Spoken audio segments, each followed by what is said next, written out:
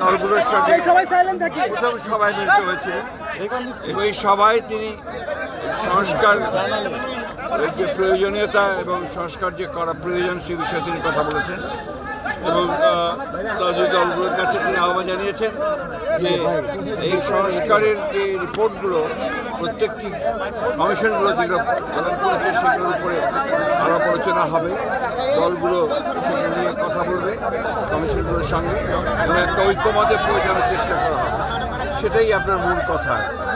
এবং সেজন্য আজকে প্রাথমিক আলোচনা, সেখানে বিভিন্ন রাজনৈতিক দল বিভিন্নভাবে কথা বলেছেন। আমরা আশা করব যে খুব দ্রুত এই সংস্কারের যে ন্যূনতম ঐক্যমত তৈরি হবে সেটার উপর ভিত্তি করে অতি দ্রুত জাতীয় নির্বাচন অনুষ্ঠিত হবে। এটাই আমাদের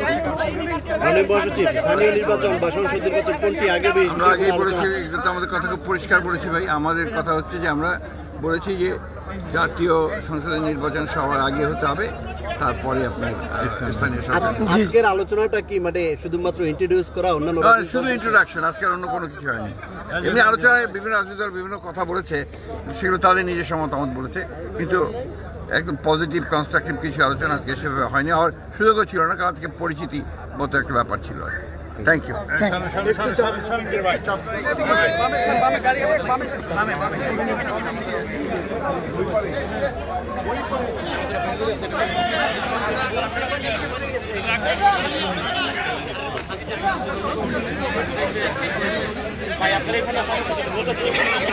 দর্শক, সংস্কার নিয়ে এবং একই সাথে জাতীয় ঐক্যমত কমিশনের যে বৈঠকটি চলছিল প্রধান উপদেষ্টার সাথে বিভিন্ন রাজনৈতিক দলের, সেই ধারাবাহিকতায় কিন্তু বিএনপির মহাসচিব মির্জা ফখরুল ইসলাম আলমগীরের নেতৃত্বে 5 সদস্যের একটি প্রতিনিধি দল, 6 সদস্যের একটি প্রতিনিধি দল এসেছিলেন এবং দীর্ঘ আলোচনার পরে ঠিক কিছুক্ষণ আগেই প্রধান উপদেষ্টা আলোচনা স্থল যেটি ফরেন সার্ভিস একাডেমি, সেই ফরেন সার্ভিস একাডেমি থেকে তিনি কিন্তু বেরিয়ে গেছেন এবং ঠিক তার পরবর্তী সময়ে বিএনপির মহাসচিব মির্জা ফখরুল ইসলাম আলমগীর আসলেন এবং তিনি যেই কথাটি তাদের আলোচনা হয়েছে, তাদের যে বিষয়টি ছিল তাদের আজকের আলোচনায়, সেই বিষয়টিতে তাদের বক্তব্য তারা দিলেন। দর্শক